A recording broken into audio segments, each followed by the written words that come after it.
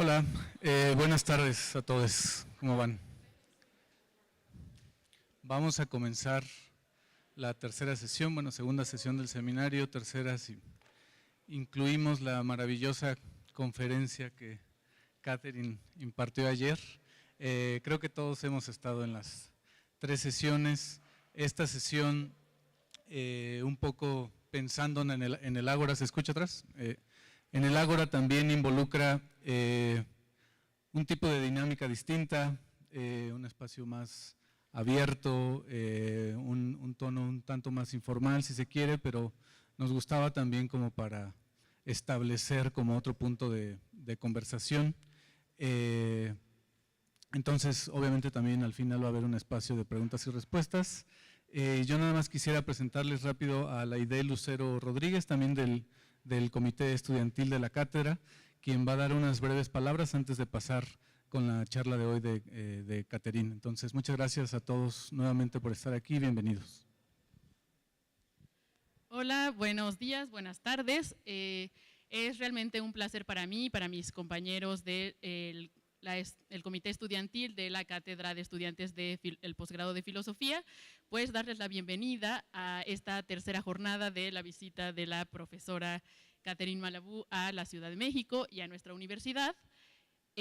Hoy vamos a celebrar la segunda sesión de esta Cátedra de Estudiantes del Posgrado, que es una iniciativa del Posgrado de Filosofía en donde pues los estudiantes y las estudiantes elegimos a filósofas, filósofos que nos interesen de alrededor del mundo para tener la oportunidad de discutir y escucharles. Fue casi unánime la decisión de invitar a la profesora Malabou, entonces estamos muy contentos de tenerla aquí con nosotros. Esta cátedra se llama Libertad en tiempos de nihilismo. Creo que en las dos sesiones pasadas quedó claro que la profesora no necesita presentación, pero sí me gustaría reiterar una vez más mis agradecimientos como representante del comité y de los estudiantes al MUAC, al campus expandido, a Ainhoa, a Guillermo y por supuesto también al posgrado que hizo esto posible. Entonces, sin más retraso, pues te cedo la palabra, Catherine Malabou. Well, thank you so much for the introduction. Hello, everyone. Nice to see you again and to discover some of you that I haven't yet met. Before I start, I have a little message. The other day was Wednesday. A student gave me a question that he wrote on a paper, and I lost it. It was someone with a red cap. I suppose you know who he is. So please, I don't know if you know who I'm talking about, can you ask him to send it to me again? I'm sorry, I don't know, the paper just disappeared. So thank you so much, because I really want to read his question. Okay, so thank you again for the invitation. I'm very happy to be here. And today, in this second lecture, I would like to examine revolutionary nihilism, focusing in particular on Russian nihilism. And of course, I'll try to synthesize the two talks. That is first what we saw the other day with Nietzsche and Heidegger, and what we'll see today with Russian nihilism. Is it okay with the microphone? So, Russian nihilism is a movement that was at once intellectual, philosophical, political, literary, and journalistic, and it had a considerable importance in the Russian Empire from the late 1850s to the late 1880s. So I want to specify from the outset that I speak here of Russian nihilism, but it is of course with reference to this intellectual and literary tradition and has nothing to do with Russia's current imperialism, of course. On the contrary, this tradition has often been a radical critique of authoritarian power and a profound interrogation on freedom. So it is from this dissident and untimely voice that I would like to situate my reflection. So I hope that what I develop here will resonate well beyond Russia, because if revolutionary nihilism was indeed born in Russia, it has never ceased to influence other political cultures. So I will announce my structure, the plan. First, I'll start noticing, and that will be my first part, that revolutionary nihilism is the great absentee in Nietzsche and Heidegger. In the first part of my talk, I will expose their mistaken interpretations. Nietzsche, in particular, assimilates revolutionary nihilism purely and simply to passive nihilism. So that will be my first part. In the second part, I will situate the link between revolutionary nihilism and anarchism through a dialogue between the Russian anarchist Kropotkin and the philosopher Jacques Rancière, whose recent book, in French it is Au loin la liberté, so in English it's Freedom at a Distance, an essay on Chekhov, and it has just been, I saw, translated into Spanish, La Libertad en lontananza, ensayo sobre Chekhov. So I will draw a link between Kropotkin and Rancière, showing that anarchism is not simply the continuation of nihilism, but there is solidarity between the two around a vision of the nothing that has little to do with that of the philosophers studied earlier. And my conclusion, that will be the last part, will synthesize the trajectory of the two lectures, and I will close with some remarks on the ontological and political value of plasticity. So my first point is the misunderstanding of Russian nihilism. In philosophy, Russian nihilism is very rarely analyzed in its singularity. I think it's not even studied. It most often appears as a mere case of what we saw the other day, that is European nihilism, highlighted by Nietzsche and analyzed in my first lecture. And yet, once again, I want to show that revolutionary nihilism largely escapes the destinal and unitary reading proposed by Nietzsche and Heidegger. For them, as we saw last time, there's only one nihilism. I want to show that there are several, and I want to question this reading in order to return to the political meaning of freedom. A major figure of Russian political nihilism is the young Mikhail Bakunin, who was born in 1814 and died in 1876, who retained from Hegel the idea of the power of the negative, and he named it radically the passion for destruction. Bakunin, who would later cease to recognize himself as a nihilist, influenced an entire generation of young Russian revolutionaries such as Chernyshevsky, Pisarev, and Nechayev. The image of Russian nihilist is often negative.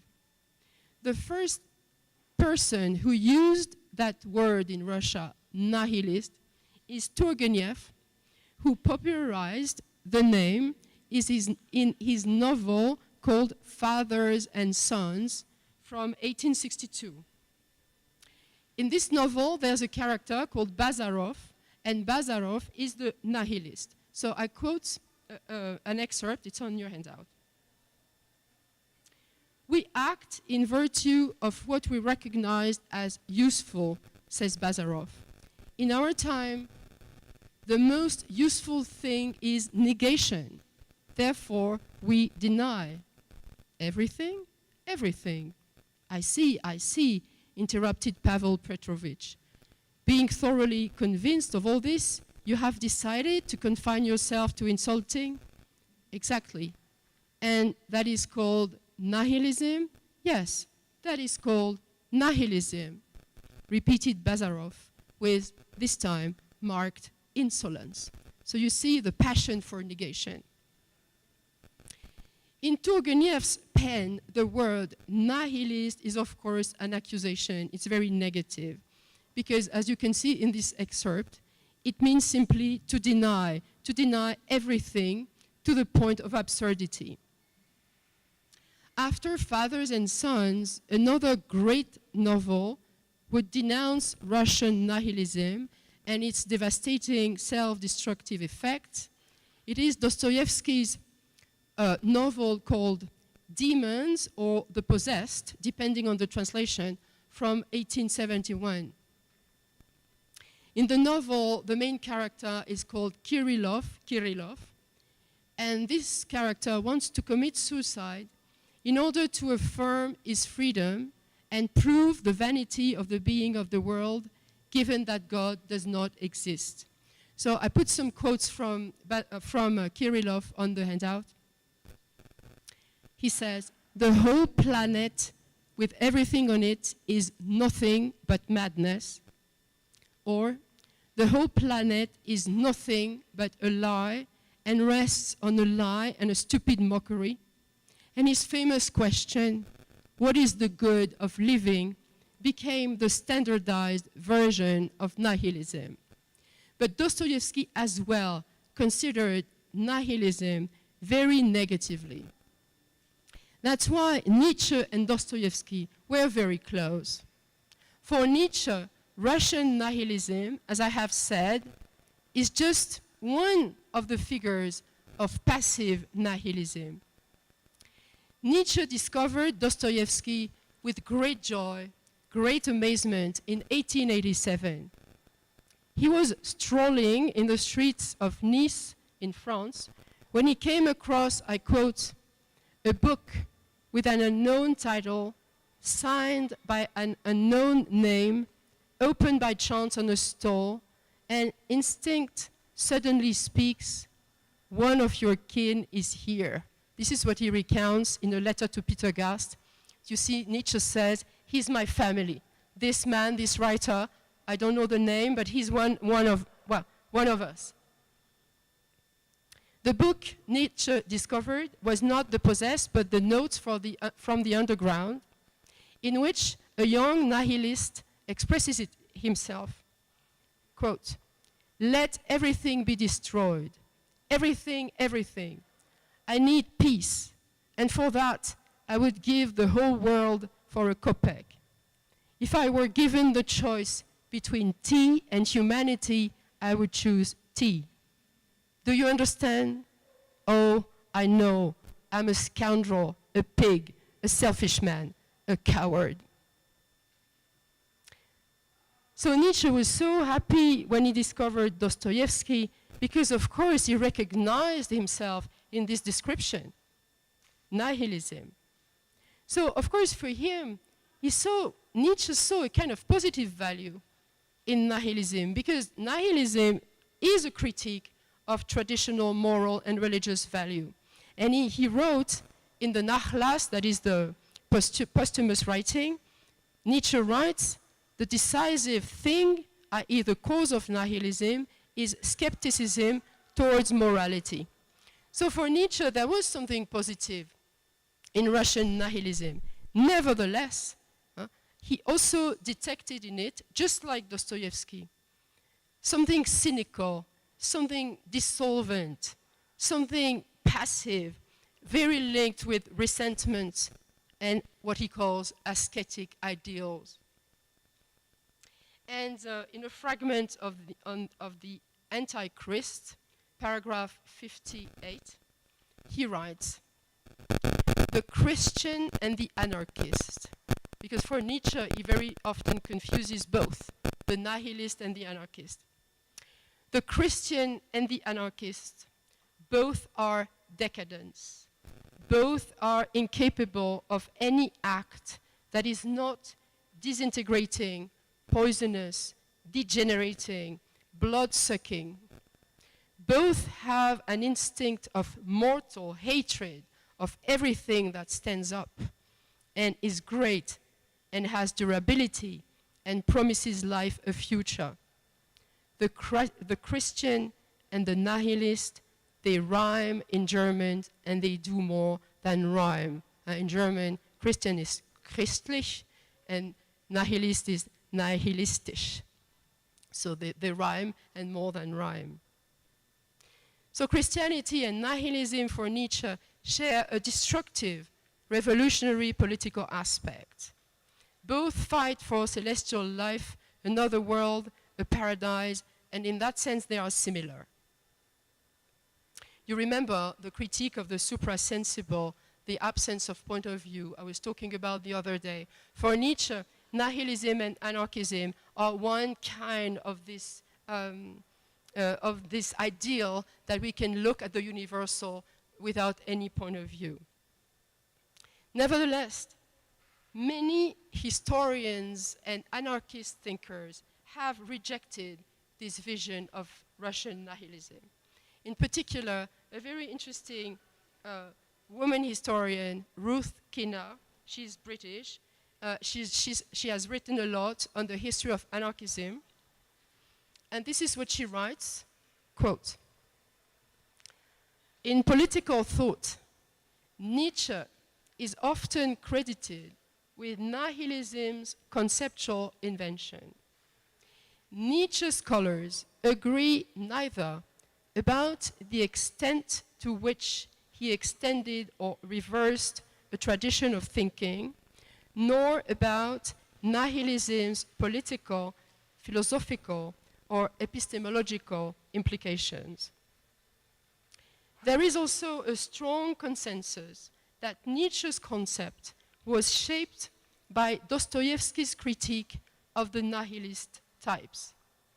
However, the focus in Nietzsche's studies on the death of God, the loss of the transcendent, and the spiritual and ethico-political crisis of the West has meant that the relationship between this literature and the movement it inspired has become lost. And within Nietzsche's studies, nihilists have gained a reputation for negativity and destructive violence that is rarely questioned." So it's a long quote, but what she says is that, in fact, and it's true, very often people assimilate Nietzsche with Dostoevsky because they are supposed to develop the same vision of Russian nihilism, which is only limited to the devaluation of value, but the political basis of nihilism is never taken into account.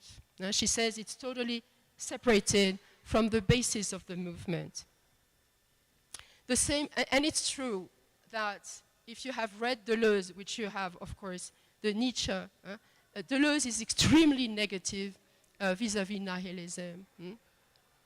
And once again, the political basis of it is never really explored. The same critique could apply to Heidegger, who makes a brief mention of Russian nihilism at the beginning of the second volume of his Nietzsche. When he sketches the history of nihilism, he says, "The term nihilism was put into circulation by Turgenev to designate the conception according to which only the being accessible in sensible perception, that is, experienced by oneself, is what truly exists and nothing else." So it means that Heidegger says, okay, for the nihilist, nothing exists, just what is, just the sensible.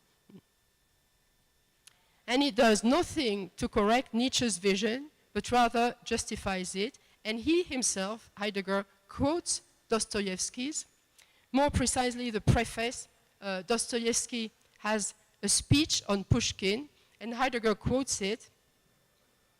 And in that speech, nihilism is described by Dostoevsky as, I quote, "a morbid phenomenon so characteristic of our intelligentsia, of our uprooted society."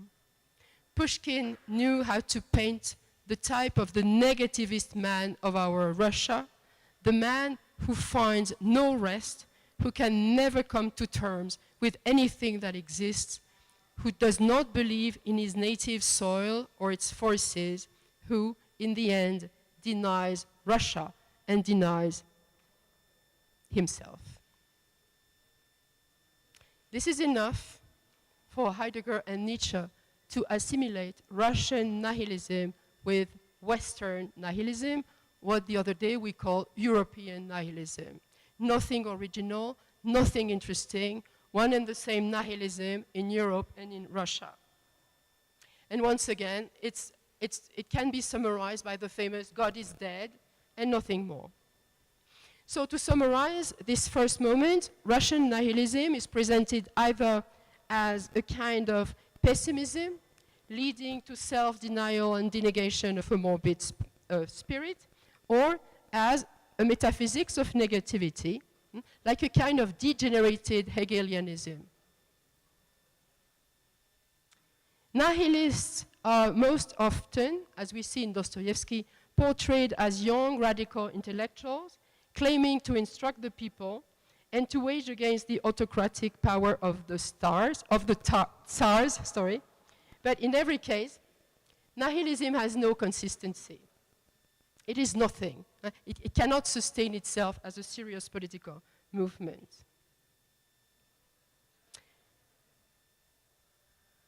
I think that, on the contrary, the nothing that is present in nihilism, in revolutionary nihilism, has a specific meaning that is very different from what Nietzsche and Dostoevsky say, because it weaves a very interesting link between nothingness and freedom that is very different from the one we talked about the other day, that is the Kantian one.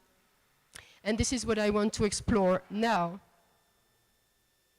And also, this link is very different from the historical destinal schema that Heidegger is talking about.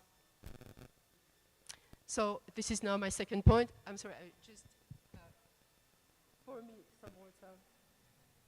Sorry.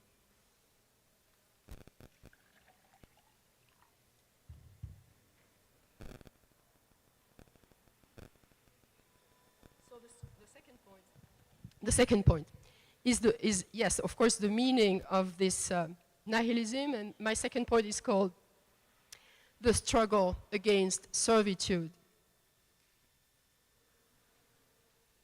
The struggle of revolutionary nihilists is a struggle against one thing, and one thing only: servitude. It's not about God. This is a mistake. The struggle is against servitude, a servitude far removed from Nietzsche's understanding of the slave. What servitude? At the time, this is the servitude of the peasants, mainly, because serfdom had been generalized throughout the country by the legal code of Ivan the Great in 1497. In Russia, peasants were serfs. The Code of Ivan signed the dependence of the peasants, restricted their mobility, forbade them to leave their masters, and condemned them to miserable living conditions. So the Tsar, Alexander II, abolished serfdom in 1861. And this was positive because it gave rise to a major agrarian reform and the sale of land to the freedman.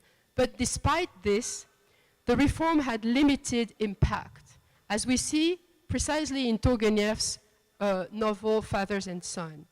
That's why Alexander II was assassinated in 1881 by a terrorist group, Narodnaya Volya.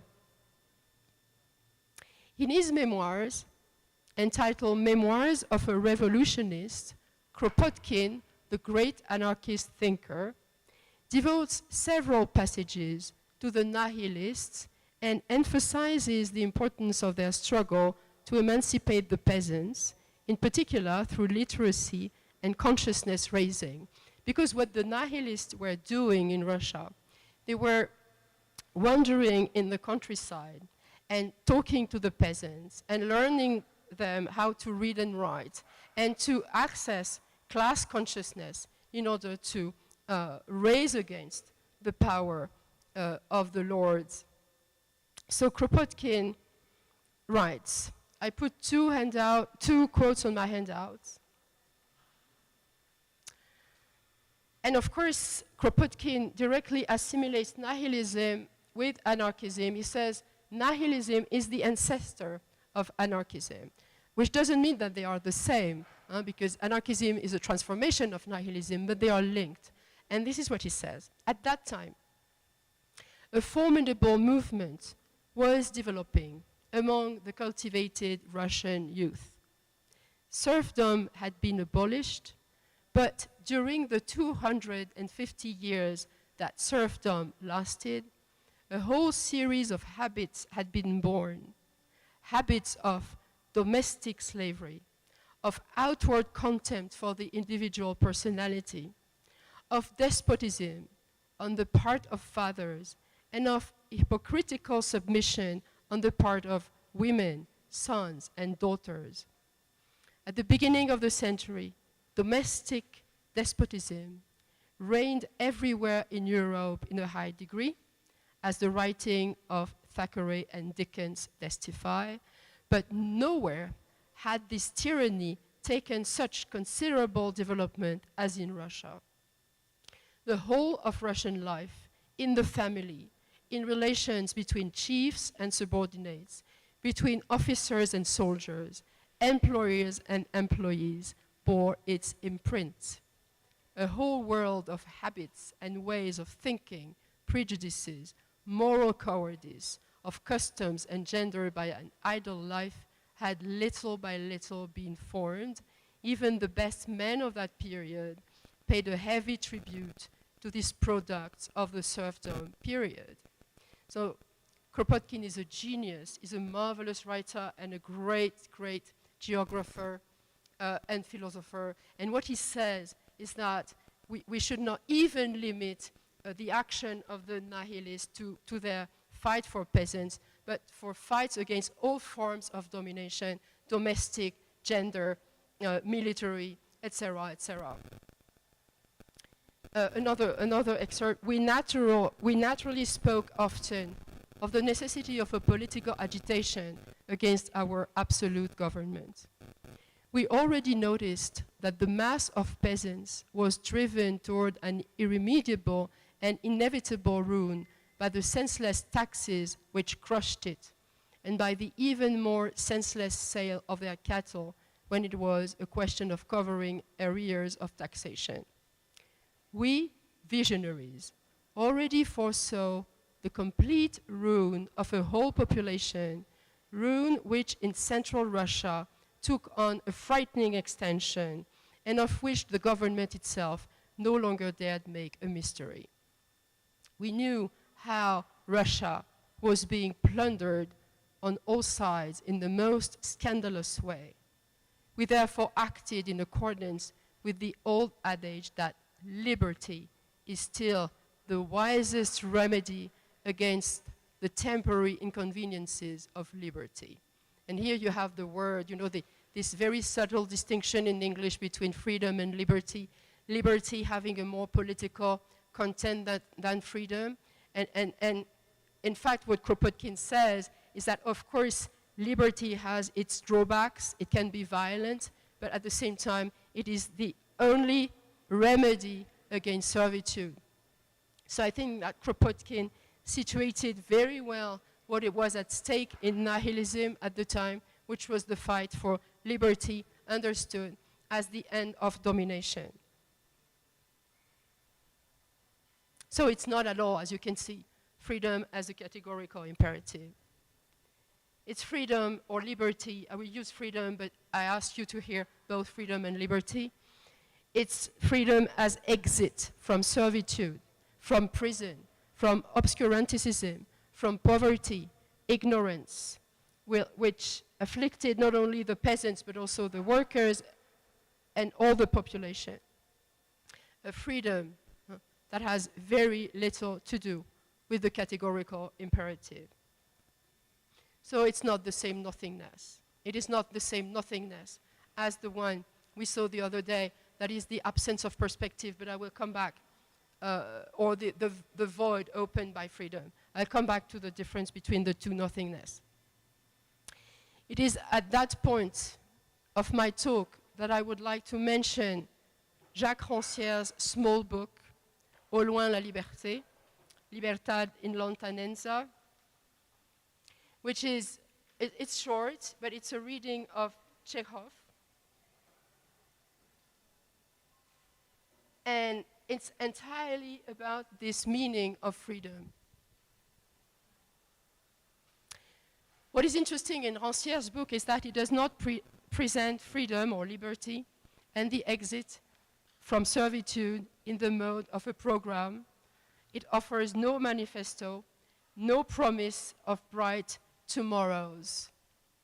And I do think, but this is my personal opinion, that Bolshevism and communism has stolen what was preparing itself in nihilism and the link that would develop between nihilism and anarchism, which, yes, it's true, affirms that liberty or freedom is not something that you can get out of a program or out of a party. Rancière shows that freedom appears instead through Chekhov, but in general, it appears as a brief suspension of time, as a hole in the banality of everyday gestures, a hole in the repetition of days, in insignificant conversations. Rancière presents freedom as a breach in the sinister fabric of servitude, peasant, domestic, military. And this breach, as a ray of sun, if you want, as this light here, is the nothing. It is the appearance of a nothing, like a promise, which is like a door opening. So Rancière gives us several examples of this little flash, if you want. For example, in a short story by Chekhov, a man, a vagabond, is led by two policemen to prison, and at some point they are tired, so they pause. And Rancière analyzes this pause in the walk as an interruption of servitude. It is the nothing, it can also be, in another short story, the nothing of the new life that appears in a flash during an encounter between two potential lovers who will only ever cross paths. Like, you see this person and you think, this might be the one, but it lasts only a moment.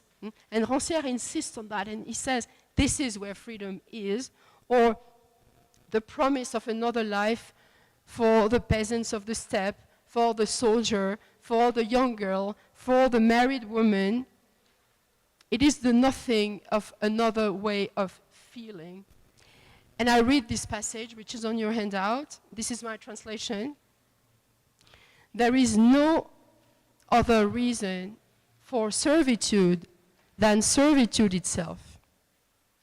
It endlessly reproduces, in both the great and the small, the manners, affects, and thoughts that, in turn, perpetuate it. To break... Okay, it's better like that. Thank you so much. Is it the good... Okay, thank you. It's much more convenient.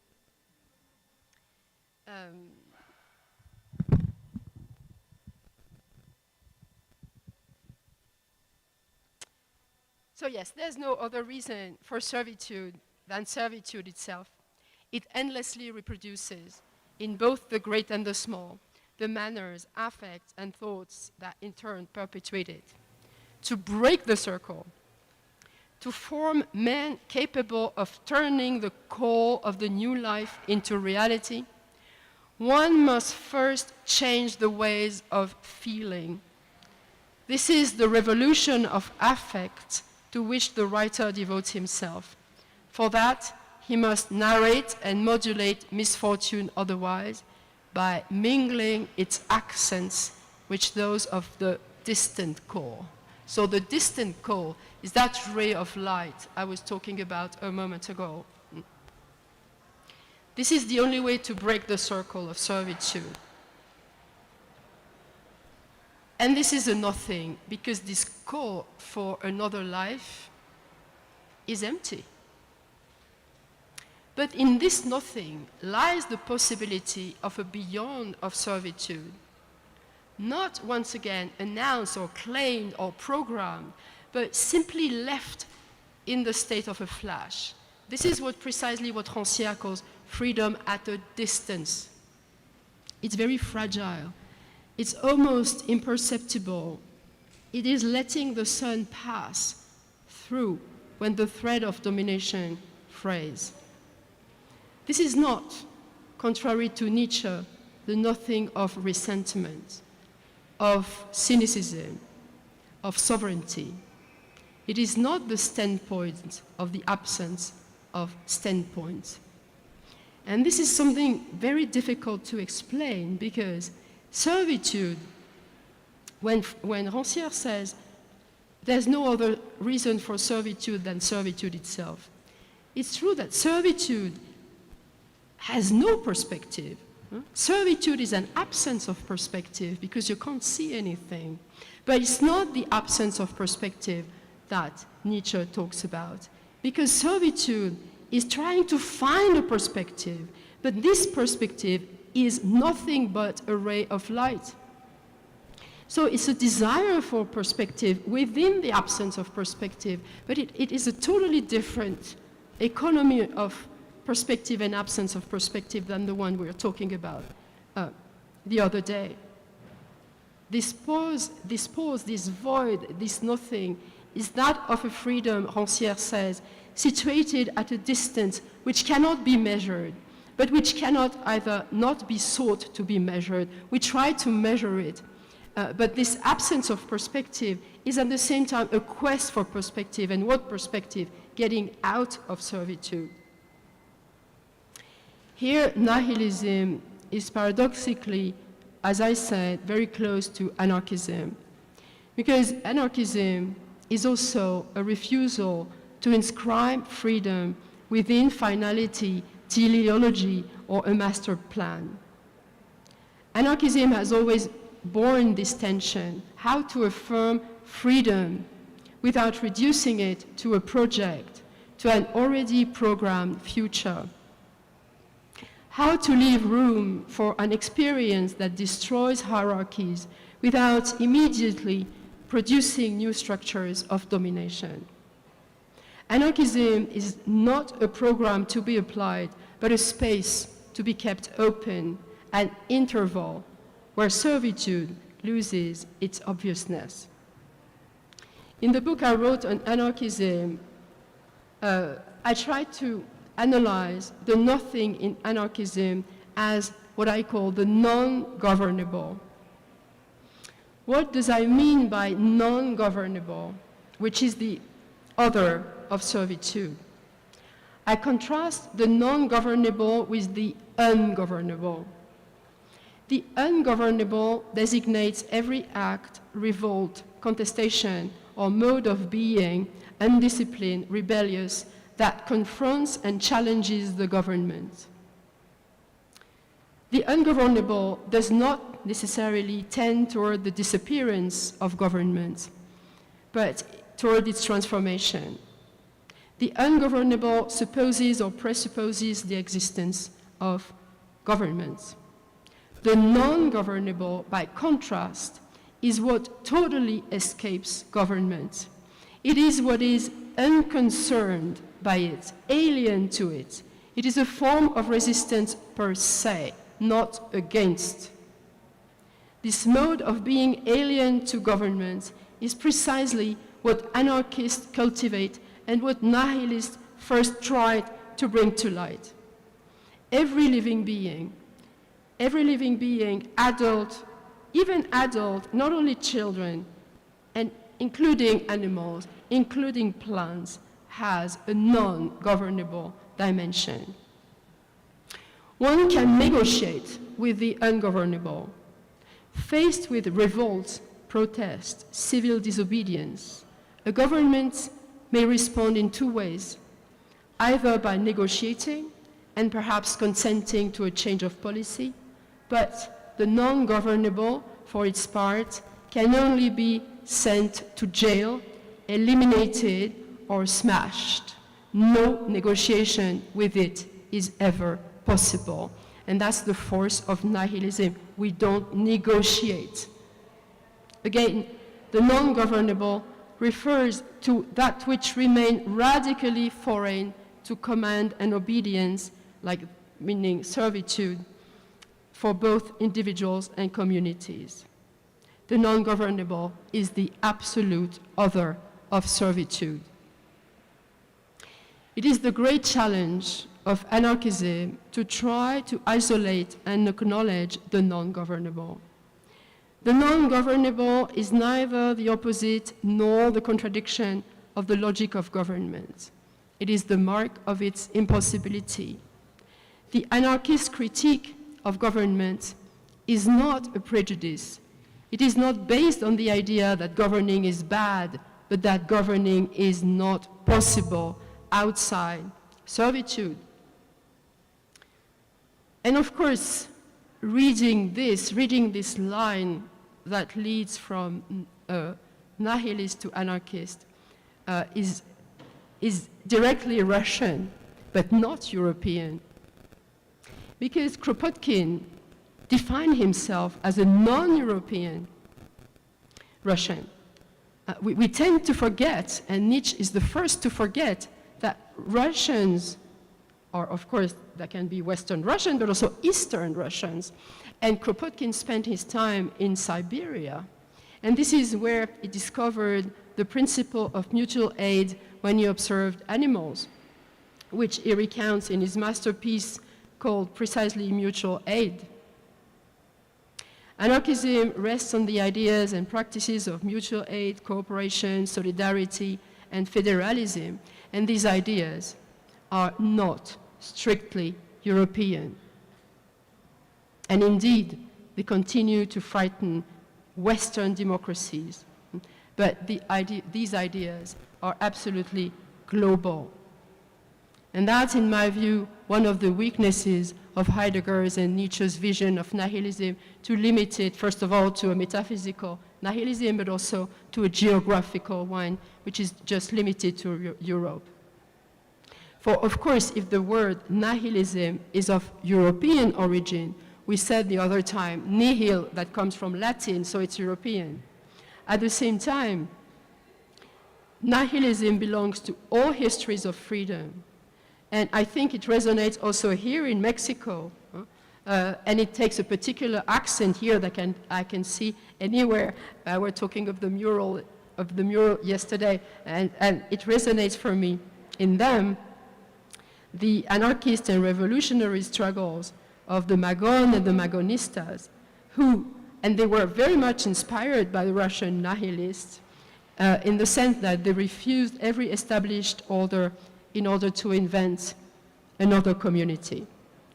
So I would say that from the 19th century Russia to early 20th century Mexico, but we could add so many countries. Spain, of course, and I will come back to that in a moment, one finds the same gesture to recognize that freedom is not born from guarantees, but from a void, from a collapse, from a ray of light, that in its fragility at the same time gives us the image of a world to be reinvented. So once again, I have to repeat that nihilism and anarchism are not identical. Anarchism is, of course, a construction. It's not a mere destruction. And Bakunin himself changed his mind. He was a nihilist first, and then he became an anarchist. Anarchism is, as Proudhon says, order without power. And we have seen that anarchism rested on mutual aid, solidarity, cooperation. But nevertheless, and once again, there's a strong link between nihilism and anarchism. And Nihilism, as I said, has always been criticized, but anarchism as well. And we know that anarchists have been decimated by communists in Spain in 1936, but also everywhere in the world. It is very difficult to accept that a society can be non-centralist and non-hierarchical. And it's true that a vision of a society without masters necessarily borrows something from nihilism, because in the center there's nothing. And we have to know how to interpret this nothingness. But this nothingness, I think Nietzsche and Heidegger don't understand, because this nothingness is an absence of destiny. It is what we make with it. Okay, so now I'm coming to my conclusion. If I chose this, if I chose to present to you these two talks about nihilism, it is because, as you may know, I'm very interested in dialectics and have always been fascinated by negativity, which is, in my view, the most enigmatic concept in philosophy. It's not, as I said in my first talk, it's not only the non-being. Negativity has a power. It is true that negativity has, of course, has a power of destruction. And Hegel has always said that. Destruction because of contradiction. Destruction because of dissolution. But it has also the power of reconstruction. And it is important, in my view, to go back to the meaning of negativity through nihilism, because as I said the other day, it seems to me that we are in a totally nihilistic type of world. And that maybe we have to hear again that nihilism can have a revolutionary meaning. In these two lectures, I have presented two possible attitudes toward nothing. Two philosophical attitudes toward nothing. On the one hand, a metaphysical or ontological interpretation, Heidegger. On the other, a political one, Bakunin or Rancière. Is it possible to synthesize them? There is one point where the two meet, which is transformation, plasticity, once again. I start with Nietzsche and Heidegger, briefly, like a recapitulation. They are important to read today because they have discovered the heart of philosophical nihilism. You remember, the major idea of Heidegger and Nietzsche is the plasticity of essence. This is fundamental. This is a very important philosophical idea, that the real is moving, the real is in movement, but ontologically speaking, that an essence is a plastic instance. And Heidegger is right to say that we needed a new word, because the mutability of essence is not only historical. Of course, things move throughout history, but what Heidegger has in mind is not only the historical change, like yesterday is not like today, is the profound mutability of being itself. And that's why he coined this term historial, like Geschichtlichkeit in German, and not only historisch. Geschichtlichkeit, meaning that what is in movement is not only history, but being itself. And as we said the other day, nihilism for Heidegger comes from this mutability, because being, he says, is mutable, dangerous, being abandons us.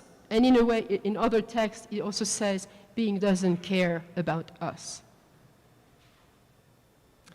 Nevertheless, what is insufficient in this vision, as I tried to explain, is that once again, it is limited to Europe, it is limited to ontology, and it totally escapes the political meaning of nothingness.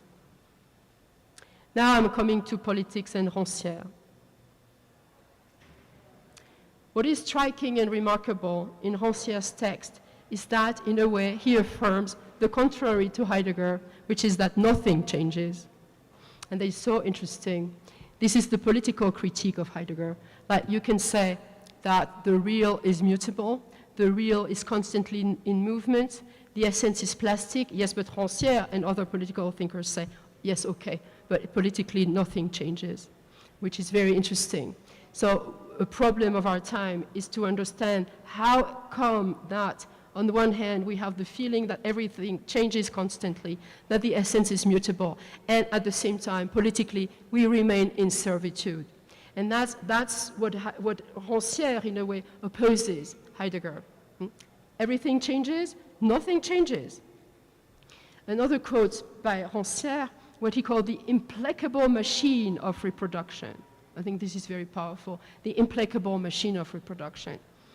So another quote, this is what servitude is, not the submission of the people to the representatives of order, but their common submission to the repetition of the same, not the obligation to obey, but the impossibility of imagining that things could be otherwise than they are. Such is the first legacy of serfdom, the fear of freedom, that is, the impossibility of thinking that one could bring forth from time anything other than the identical repetition of the order of things. So on the one hand, everything changes, on the other, nothing changes. And what we have to try to think is the articulation of both. After exploring these two philosophical landscapes, I can risk a hypothesis. It is perhaps not only being that is plastic, but nihilism itself. Nothing changes. Everything changes. But perhaps we could say that in between the nothing changes, everything changes, everything changes, nothing changes, maybe we can say that something is trembling to be changed. Something can change. And this something that is situated between everything and nothing is perhaps what I call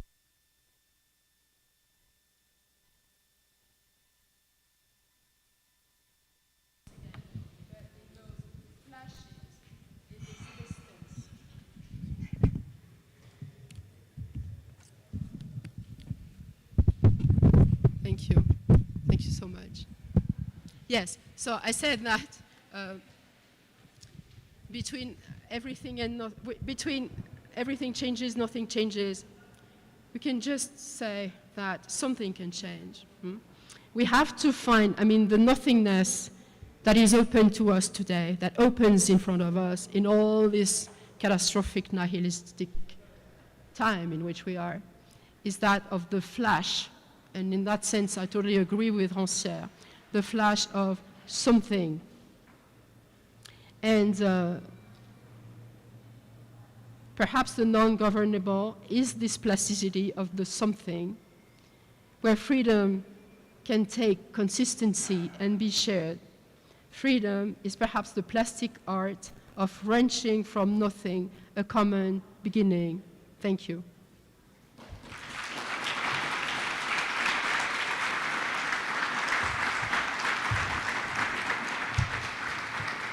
I hope it was okay with the sound. Well, thank you so much, Professor Malabou. That was very exciting.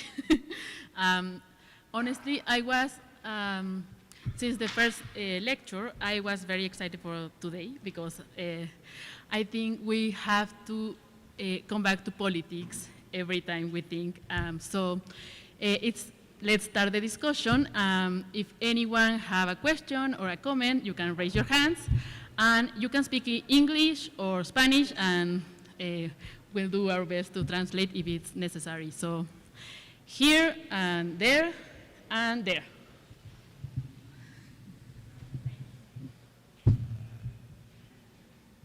Is the sound okay generally? It works well? Okay.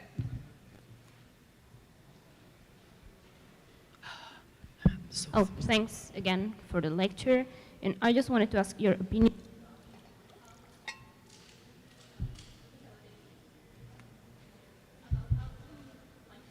I think we can't hear you, so.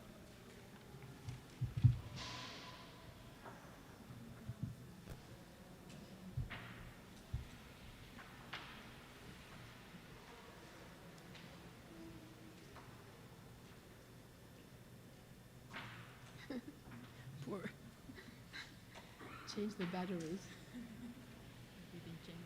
Everything changes.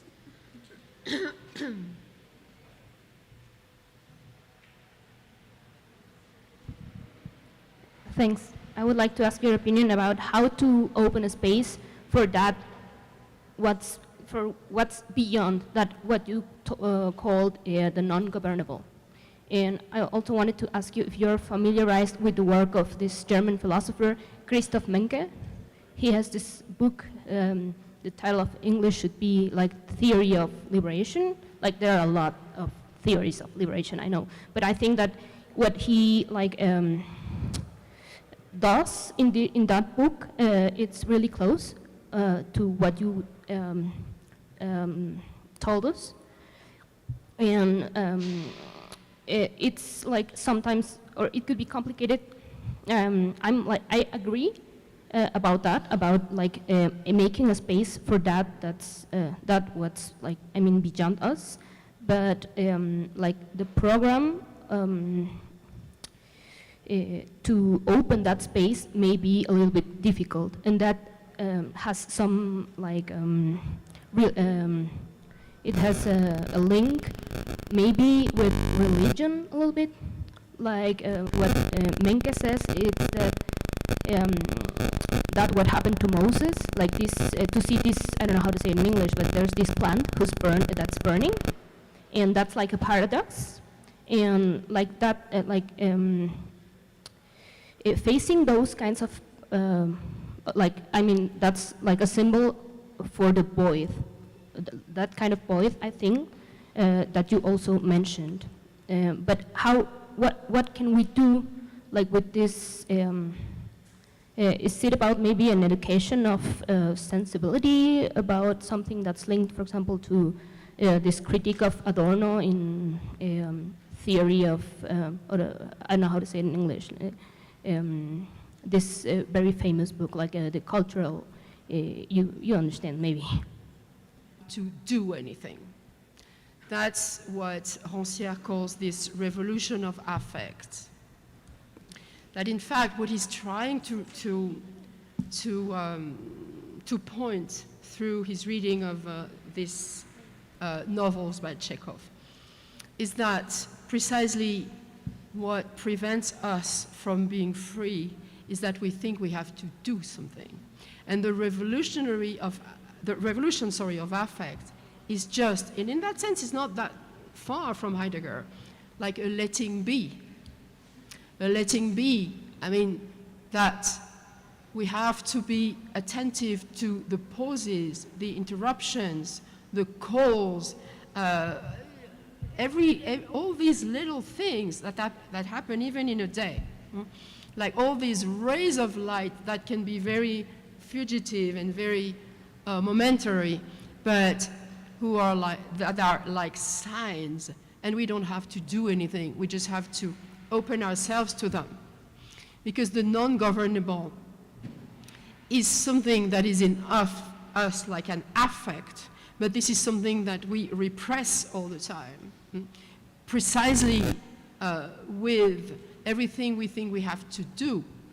So first of all, and in a sense, I understand why Nietzsche can call that passivity, because there's a dimension of letting be. Yes, what Heidegger will call serendipity, letting be called, interlocuted by these pauses. It starts from there, listening to what in us refuses, the do. ¿Era por allá?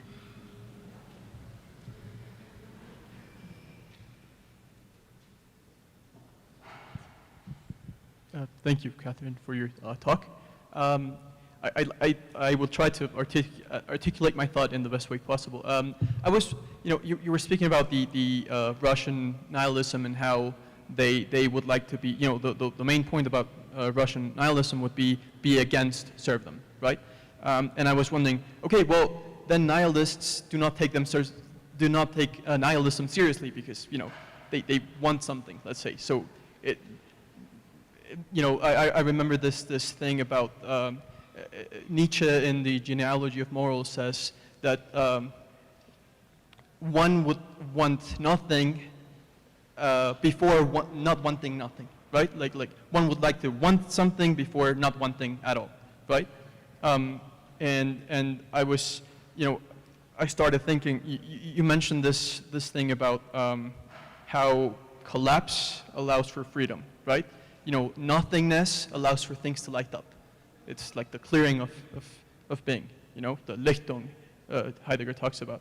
And I was wondering, well, I remembered, with this lighting of things, I remember this essay of Kojève about atheism that speaks to this, heterogeneity of being with and without nothing, being with and without the outside, that from which the lighting would come out, or does not, right? I was wondering, following this line of thought, Bataille has this maybe principle, if one ought to take it this way, that says we must take the position of immanence without transcendence, the absence of project, right? There's no guiding light, there's no guiding star, there's nothing in the beyond, or rather beyond there is nothing, right? But yet the problem is what to do with this nothing and what to do, right? And I'm coming to my conclusion, sorry, and my question. I apologize. And I was wondering, you at some point you talked about how anarchism, the stance of anarchism is caring, doing certain stuff and whatnot. But I was wondering, what is it that one should desire if already one's desiring things and doing things and we're not really nihilists because we desire. And I guess my question would be, at the end you said how something changes, somethingness is changing, but it almost seems like nothing itself is changing as well. The nothingness of desire of okay. So yeah, my final question. Sorry. My So concrete I will question thank you very much. I Sorry. understand what you're trying to say, and I know it is very difficult, and thank you for your question. If you allow me, I will answer by a detour. The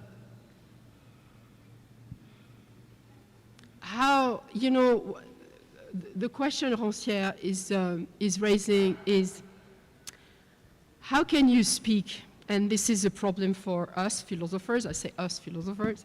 How can you speak for those who don't speak? The problem with Nietzsche's slaves, Nietzsche talks a lot about slaves and the morality of slaves, and he says, as you rightly remind us of, it's will prefer not willing, that willing nothing rather than willing nothing at all. Okay. But these slaves that Nietzsche talks about are not slaves. They are not in servitude. The slaves Nietzsche talks about is people like us. They are not peasants. They are not dominated women. They are not, okay? So the question Rancière addresses is, how is it possible to talk about the slaves without imposing on them a kind of discourse that does not concern them. Perhaps, and this was a common idea to Hegel, Marx, and perhaps also Rancière, perhaps the point where we can meet recultivated people and serfs is the nothingness. Perhaps the place where we can meet is the open space. You see what I mean? So it's not the nothingness of the slaves Nietzsche talked about, who are very cultivated slaves, you know. I'm not personally a Nietzschean, because I never understood what he meant by slaves. These slaves have nothing to do with the people that are oppressed, etc., etc. So perhaps, you know, the place of encounter, if there's one, between philosophers, cultivated people, incomprehensible people, and oppressed people, is to invent an empty space where we can meet.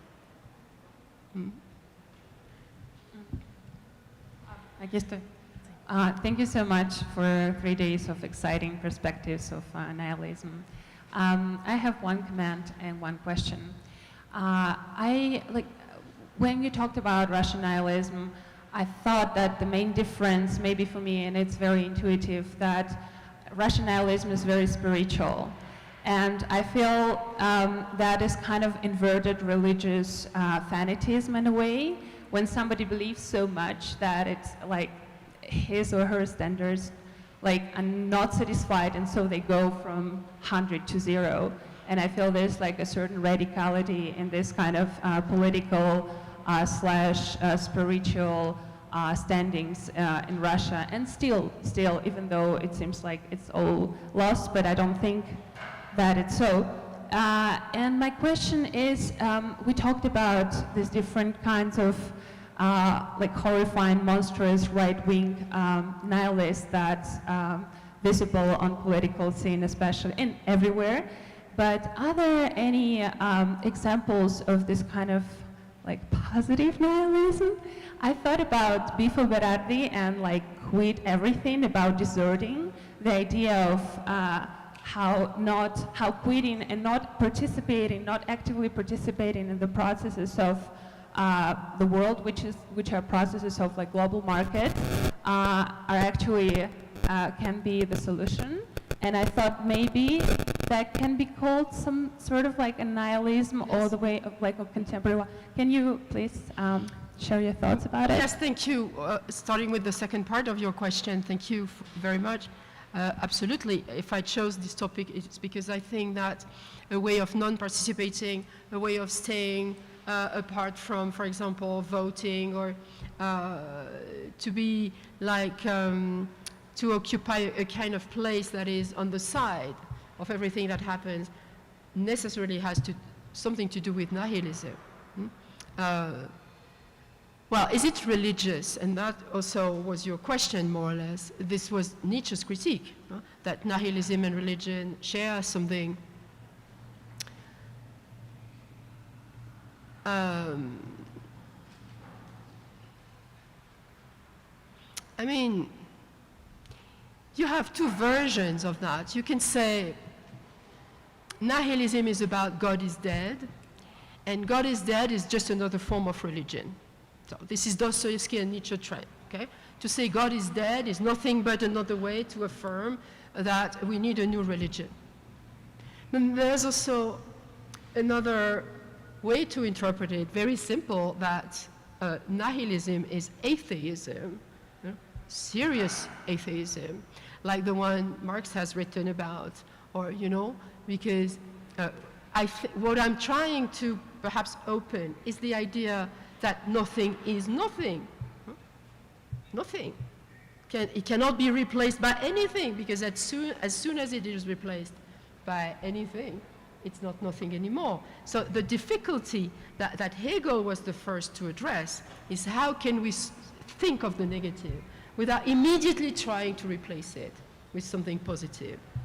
So of course I understand why Nietzsche and Dostoevsky can say these nihilists were like religious, were like Christians, because they tried to to educate the peasants, etc. But at the same time, we can say that they did that for nothing. I think we have to take that very seriously, that nothing can be nothing.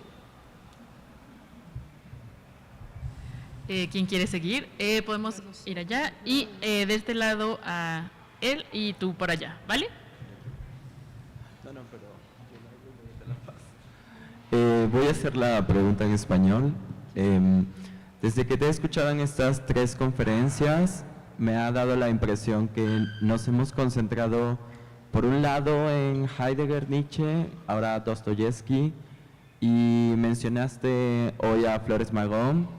Me interesa un poco saber, teniendo en cuenta ayer que hablaste sobre los archivos, la dificultad para la filosofía de tener en cuenta archivos y pensadores de otras latitudes, sobre todo pensando que el anarquismo no habría un anarquismo, sino múltiples anarquismos, pero también múltiples formas de no gobernanzas o formas de no relación con el gobierno, que no necesariamente han sido estudiadas por la filosofía y que han pasado por procesos ecológicos, cuando mencionabas la relación con las plantas, los animales, otros seres, y que han sido omitidas por la filosofía occidental, particularmente la europea, y también la relación que tú ves ahora que estás con nosotros aquí en México, con el pensamiento especialmente latinoamericano, cómo ha afectado. Ayer, por ejemplo, citaste a la doctora Ainhoa,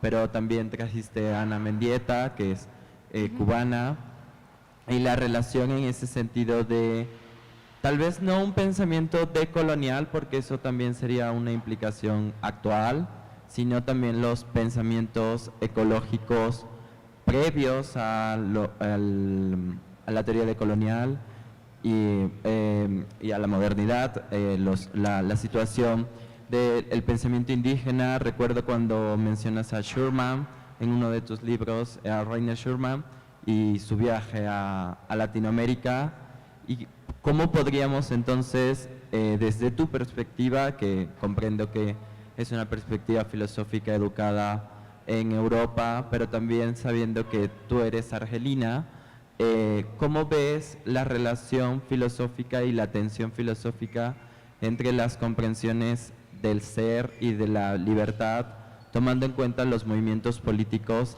hechos y pensados desde otras latitudes no eurocéntricas? ¿Y qué podríamos en ese sentido aportarte a ti, nosotros, desde nuestros pensamientos que no hablan, por ejemplo, inglés o francés, y que estamos aquí escuchándote en inglés y haciendo un esfuerzo de traducirte cuando nosotros realmente ni siquiera hablamos? No todas las personas que de México hablan ni siquiera español, y aún así piensan y combaten de otras maneras para alcanzar una libertad diferente. Of course, I mean, this is a fundamental question, but, well, I have several things to say. First, it is true that my inquiry about anarchism, that is very recent, by the way, was first of all very Eurocentric, for one very simple reason, which is that anarchism has never been taken seriously in philosophy ever, including in the West. And so you find absolutely no comments of Proudhon, Bakunin, or any kind of anarchists, okay?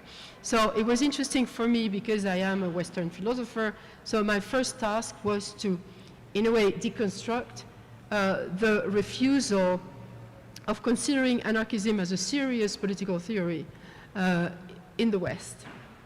That's why I worked essentially on these people, like including Schumann, etc.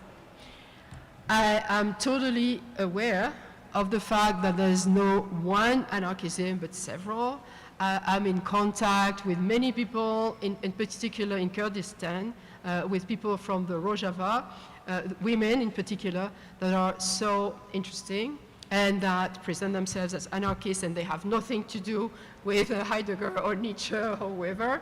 I've been working a lot on Zapatismo as well. The Chiapas is, of course, a very interesting example. So I agree with you, and I'm sorry to have to speak in English. It is true that people like me are very limited by their language, their culture, etc. At the same time, there is something I quote in my book, a very interesting quote by Derrida, saying that we have to be careful that the plural doesn't kill you, okay? Because pluralize something is not necessarily the best way to analyze it, okay? Because, yes, okay, I understand that anarchism is not one, that there are several, and that here in Mexico there are several languages and several cultures, and that, yes, anarchism has to be open to what women do and to ecological practices, etc., etc. But this pluralization that is totally necessary, does it solve the problem of what is nothingness? You know, I do think that in philosophy we have to keep both perspectives, the plural and the singular. The singular of the question, the singularity of the question, and the plural of its occurrences.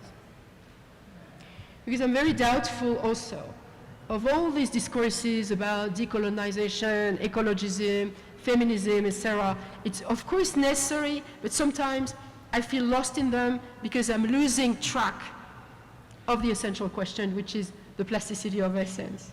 That cannot be only Western. So that would be my answer. Thank you very much for your talk. It's very refreshing to have some thoughts about this link between nihilism and anarchism. I was wondering, I have a little difficulty about reconciling the notion of nothing and anarchism. You talk about this pulse of the peasants and that this is similar to the nothingness that from which stems or emerges this kind of absence of the servitude, if I'm right, if I understand right. However, I think this is so similar to the notion of hope. So I would like to hear you about this. How can hope enter the discussion, and isn't hope something very different from the nothing? If we take the nothing seriously and we say that the nothing is nothing, Yeah. I think this might be something more similar to hope. So thank you very much again for that. But once again, I will bring the same answer, which is that I totally agree with Rancière, and I think that Marx is saying exactly the same thing, that servitude is a machine. You wouldn't say that, for example, let's go back to Capital by Marx. Would you say that what he describes, like the people working in the factories, etc., would you say that they have hope? Not at all, because they're not even allowed to have hope. Servitude is a machine. And Rancière is right, and Marx is right, that is a machine of pure reproduction in which no feeling has any place. Or maybe they can have, yeah, people have, of course, feelings and affect, but it doesn't change anything. You need much more than hope to break the weight of servitude. This is something that comes from outside. So once again, you'll say it's God. No. It's just that something appears which is a hole in the machine. It's the break in the machine. Nothing to do with hope. It's the possibility of the dysfunctioning. It's the possibility all of a sudden of the breakdown of the ray of sun. Nothing to do with hope. With hope, we don't do anything, really. Or hope is perhaps a consequence of that, but it's not enough to break the machine. Yeah, for example, let's talk about the domination of women, feminicide. Do you think that hope is enough? No. No? I can always hope that machism will stop one day, but Hi, Catherine. Thank you very much. And probably I didn't understood the difference between ungovernable and non-governable, but that makes me thought about if you believe that nothingness or nihilism could be used as a way of governability. And the day before yesterday, I asked you if the condition of nihilism is there is no arche. If in that way we could be living nihilism, a way of nihilism every time or since the history of humanity. How to perceive the way in that nihilism acquires its positive. You told me that we could thought about nihilism and a certain way of positivity. I think we could be directed to start thinking nihilism in terms of essence again or morality. How to perceive that we are directing to that way in order to stop. Okay, thank you very much. It's true that anarchism etymologically means without an arche. Arche meaning in Greek principle and commandment. So anarchism means without a principle and without a commandment, which also means without a ground, without, you remember the other day we talked about something without any ground. So we are dealing here with mutability, plasticity, anarchism, nihilism, with very difficult concepts because they can go one way or the other.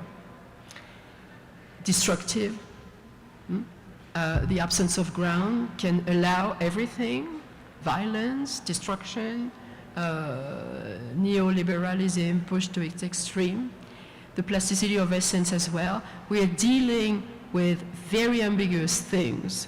On the other, it can mean, as I tried to argue today, the end of servitude, this space that we need, this void that we need in order to meet all of us, cultivated and uncultivated, or ignorant people, I don't know how to say that, a space for democracy.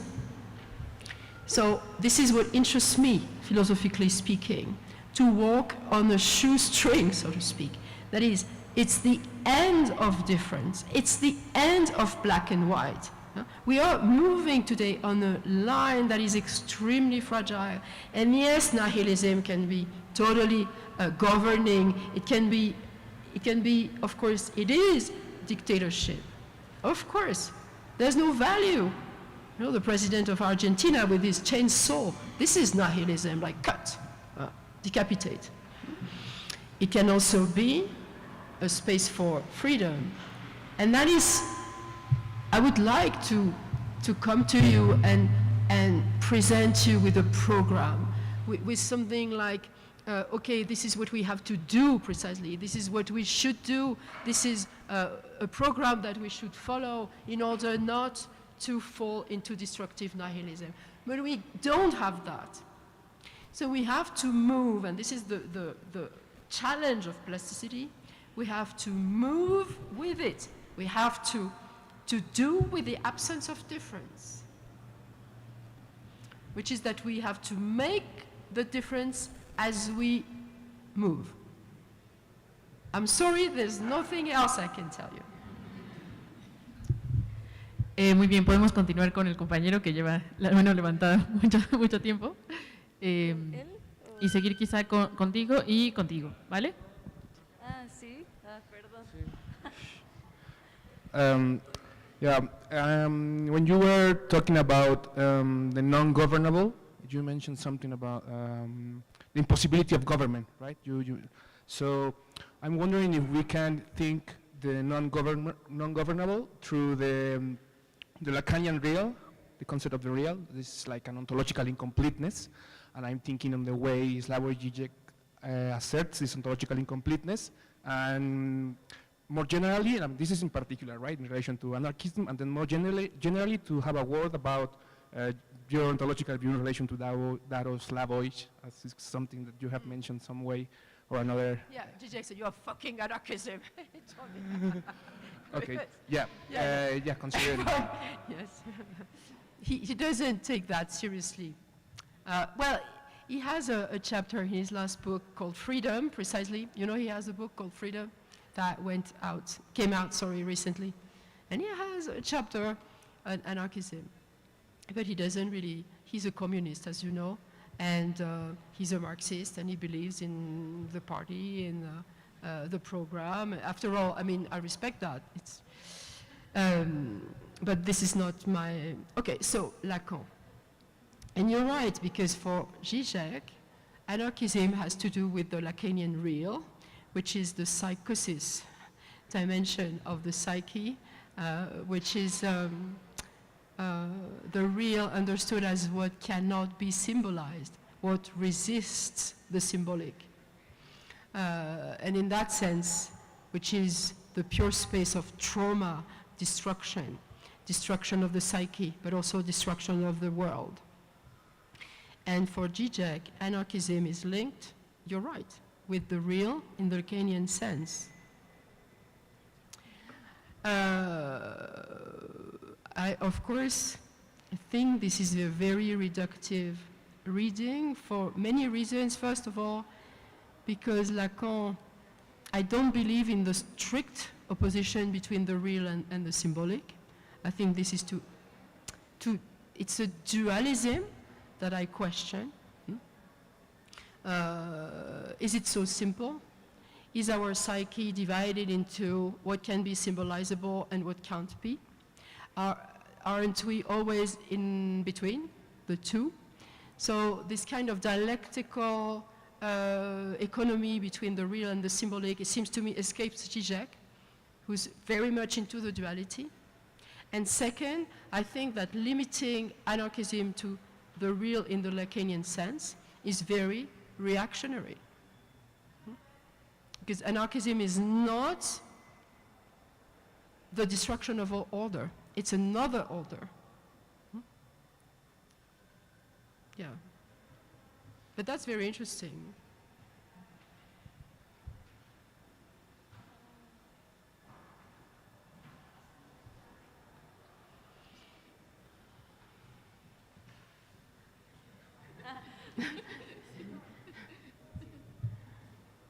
Hola, bien, gracias por la conversación, por la charla. También voy a hacer mi pregunta en español, porque creo que es la mejor forma que tengo de expresarme.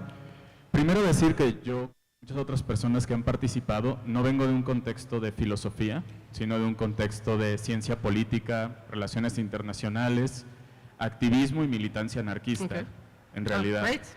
Entonces espero poder formularlo esto en términos filosóficos. Llevo un año trabajando en la maestría en filosofía, que es el único año que llevo de estudio, en el libro precisamente tuyo, de Al ladrón, anarquismo y filosofía, con un proyecto para tratar de construir un diálogo entre el pensamiento anarquista y las propuestas filosóficas que esbozas. Y quiero referirme específicamente al comentario, a la intervención que hizo Tomás Ibáñez en la presentación de tu libro en Italia, su traducción al italiano, respecto a la objeción de que el anarquismo no es que se aleje del pensamiento filosófico, sino que tiene condiciones de producción distintas al pensamiento filosófico. Yo categorizo eso como el pensamiento filosófico académico, más bien, porque Ibáñez reconoce que no es que no haya filosofía en el anarquismo, tú también lo reconoces en tu libro, sino más bien un pensamiento militante que evoca una especie de dualidad o de unión de dualidad entre práctica y teoría. Práctica y teoría es un problema del pensamiento anarquista. En alguna parte de tu libro mencionas la polémica que hubo entre Murray Bookchin y la nueva izquierda anarquista que surgió en Estados Unidos con el insurreccionalismo italiano, de Bonanno, de Hacking Bay, etcétera, etcétera, ¿no? Y yo me pregunto lo siguiente, al leer tu libro y llegar a la conclusión donde se postula la plasticidad como parte de este ser anarquista, yo me pregunto, ¿y dónde queda la dimensión práctica, el cómo? Que es una pregunta que en los movimientos anarquistas todo el tiempo estamos tratando de preguntarnos. He llevado este texto a discusión y normalmente me dicen, bueno, ¿y dónde está la parte en la que la postura de la ontología de la plasticidad encuentra su desafío político? ¿Dónde se le puede cuestionar? ¿Dónde entra en esta área de debate? Muy parecido a una postura que podría elaborar Oliver Merchant en el pensamiento postfundacional, cuando dice que en realidad no estamos tratando de escapar de una lógica del fundamento, sino de una lógica del fundamento último, y reconocer el fundamento como una contingencia política, como la dimensión política del ser, en esa instauración de un fundamento que todo el tiempo es contingente, titubeante. En este sentido, el pensamiento anarquista, tratando de resolver teoría y práctica, lo que encuentra es una retroalimentación de lo mismo, pero al mismo tiempo encuentra ahí el cuestionamiento de toda postura teórica por sí misma, sin una práctica y sin un cómo. Yo en la investigación que estoy tratando de desarrollar quiero recurrir al concepto de ejercicio espiritual de Pierre Hadot, pensando en un tipo de pensamiento que tiene una dimensión vital fuerte de reconstitución de sí mismo y que hace mucho eco con muchas de las prácticas anarquistas concretas, para tratar de hacer este puente entre teoría y práctica, porque al final el concepto de plasticidad me parece muy interesante, pero me hace preguntarme dónde está concretamente esa dimensión práctica de la plasticidad. En las conversaciones que ha habido en los días anteriores se ha hablado de un amplio rango de fenómenos donde la plasticidad incide, desde una dimensión material, estricta, hasta la interacción social, hasta una cuestión de la psique. Entonces tiene un amplio rango. Pero ¿dónde está esta capacidad de la plasticidad o del pensamiento de la plasticidad de cuestionarse a sí mismo en sus determinaciones políticas? Para precisamente tener este compromiso con una libertad anclada en la nada, abierta, sin programa, sin partido, con el claro, el anarquismo y los anarquismos estarían muy de acuerdo. Well, yes, okay, thank you very much. This is a great question, but at the same time, if I may say, a very old one, which is, okay, anarchismo is about practice. Philosophy is theory. So how can you, I mean, I say that because when the book was out, this was the kind of critiques I received. Anarchismo para los intelectuales. This is what I received, you know, like, what is she talking about? She's a philosopher. Anarchismo is about activism.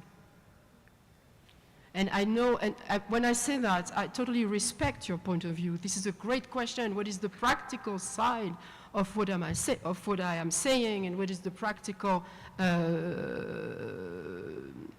dimension of plasticity? But first of all, seriously, this opposition between practice and theory.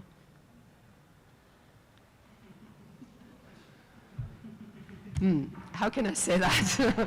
You know, I mean, even Plato doesn't agree with it, you know. So, and how can you not see that the great anarchists were thinkers? I mean, Kropotkin, who was a great activist, of course, was also someone who wrote many books, and Proudhon and Bakunin and all these people, they were thinkers. Why is that Marxist philosophers are respected, but anarchist philosophers are not? Why is anarchism not considered as a political theory? Me personally, it's true, I'm a philosopher. I'm not an activist directly. My job is to do philosophy, but I profoundly refuse the distinction between theory and practice. And I think that anarchism today needs to be re-theorized, because you know, the anarchists I've been talking to, the official ones in France, the official ones, their anarchism is like the one from Spain in 1936. Ibanez is one of them. For him, anarchism is what happened in Barcelona at the time. So good, but it's not what it is today. Today we have to rethink it. We have to reconceptualize it, because it's something different. In particular, my problem is to try to confront political anarchism with neoliberal anarchism, libertarianism, People like Millet, for example. Once again, what is the difference between between libertarianism and anarchism? These are questions. I agree they are philosophical, absolutely, but at the same time, we need them. Otherwise, what is anarchism? So thank you for your question. I totally hear you, but hear me as well. You know? Thank you, Catherine, for these days. Perhaps I think that the thread of my question got a little bit lost, but I think that has been reassured. But it's a lot of information that I think that my present self will sink into my future self. But my background is art. So I think that my way of understanding all of this, it's very romantic. Do you think that the non-governable resides in our primitivism? Because yesterday, when we talked about memory, I thought about how memory is not lost. In our memory we have like, well, in our genes we have the memory of our past, how do you say it, or ancestors? Yes. Or ancestors. And I think that the latent of our past is there hiding. Okay. I don't know, as I told you, I think I lost the thread of my question, but I think that we...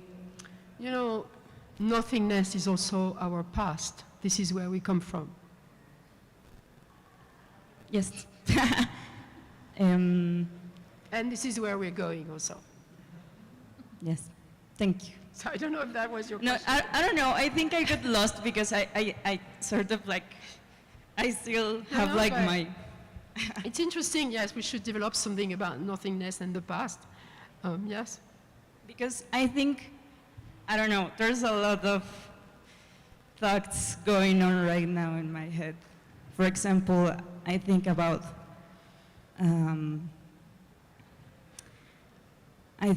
magic. I think about theater, like sacred theater. I don't know. Okay. But thank you. Bueno, el compañero había pedido la palabra y podemos añadir al compañero de blanco y luego al compañero de hasta atrás de verdecito, creo.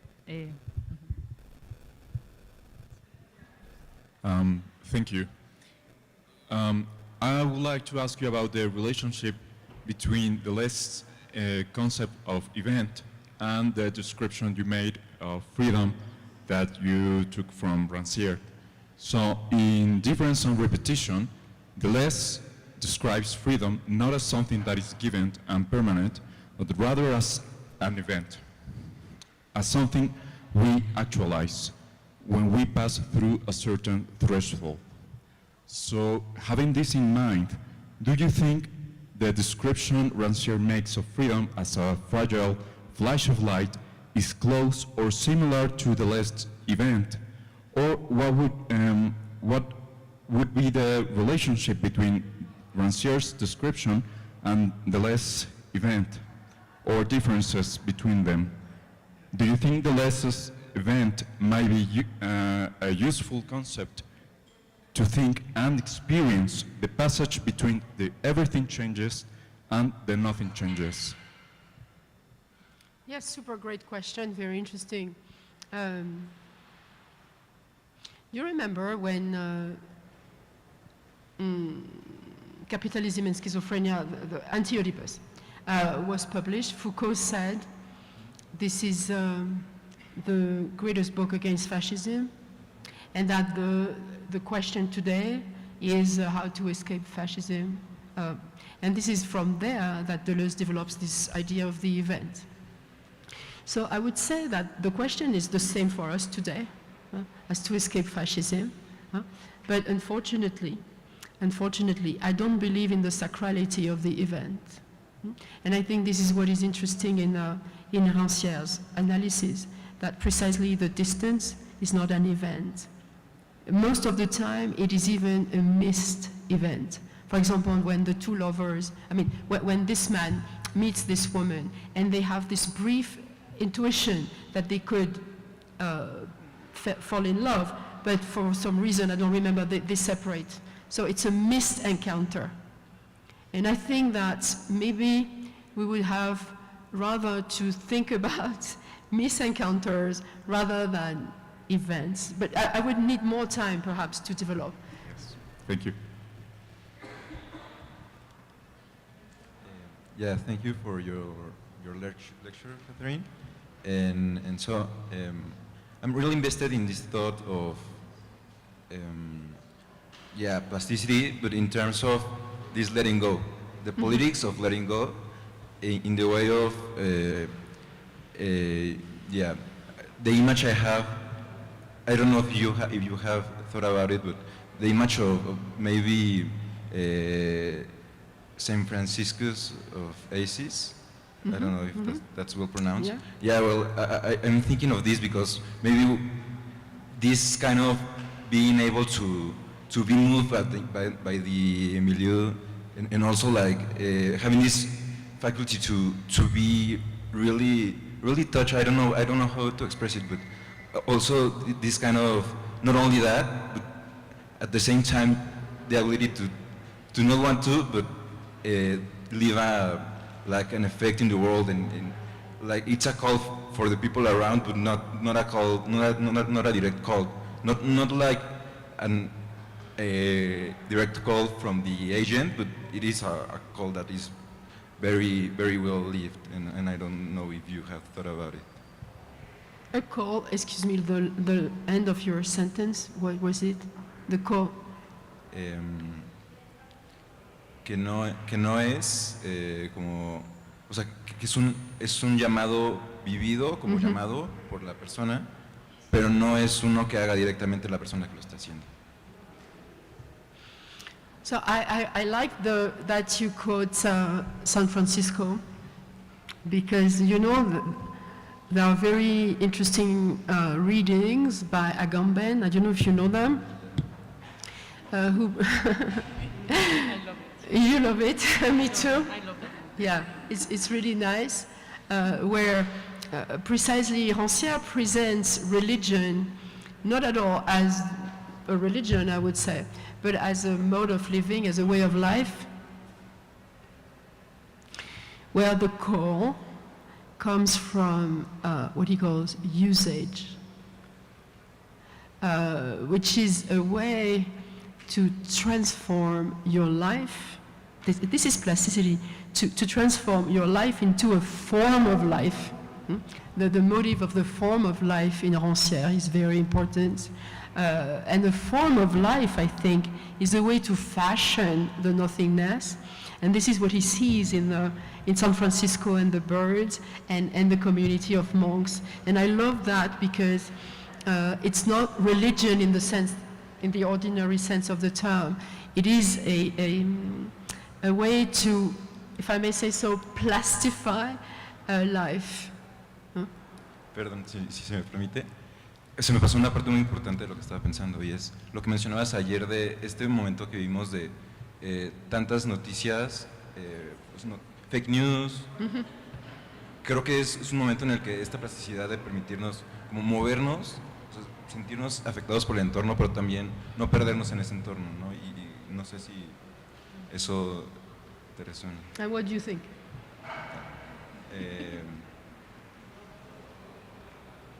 Creo que de ese lado creo que estoy del lado de la plasticidad, en el sentido de justo estar dispuestos a que nos afecte el entorno, a vivir en él y un poco, pues, no sé, algo raro ahí que tengo que pensar. Okay, thank you anyway. So how many questions do we still have? This is the last one. Okay, okay. I start getting a little bit exhausted. I'm sorry. Well, honestly, my biggest concern is what am I going to do with this new articulated space that both your presence and soon the absence of it is living within me. But the question is, if, as Didi Huberman suggests, memory and pain are forces that set the world in motion, how does plasticity take part in this process? And if we can think plasticity both as the space between memory, loss, and pain, and as the very condition for them to be reconfigured in these times? Well, yes. I mean, you said it perfectly well. I mean, this is exactly a time for loss of memory because the end of archives, it's everything I tried to explain yesterday, but also the new biology of memory that forces us at the same time to reconfigure it, even sometimes at the cost of reinventing it. I don't know if you're familiar with the work of Saidiya Hartman. She's a black African-American historian. And she asks, how is it possible to retrace the life of women in the ghettos during slavery? We have no archive. We have no testimonies. So she says we have to create the archive. It's called creative archiving, when in fact you invent the memory. So in being, yes, we are in that time.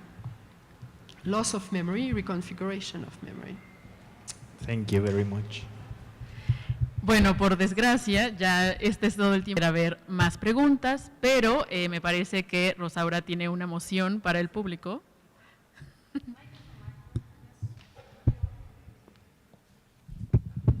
Well, I'm very sorry, Professor Malibu, to have to do this in front of you, but I, as a professor of this program, I have to scold all the students that are here, because when Jacques Rancière came to visit us, and when Etienne Balibar came to visit us, and many men philosophers, nobody addressed them by their first name.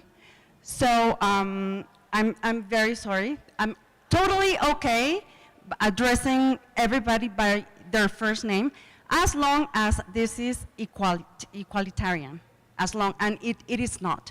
So we as Mexicans have to criticize our machismo, and this is one of those spaces. If we are going to address our invitados by their first name, we have to call them, we have to do that to all. That's it. I'm sorry to scold them. No, it's okay. I understand. Thank you so much for saying that, but I personally was not bothered. I understand, yeah. Bueno, después de esas palabras, que creo que sí tenemos que reflexionar, creo que vamos a dar por terminada esta mesa. Muchísimas gracias y muchísimas gracias a la profesora Malibu.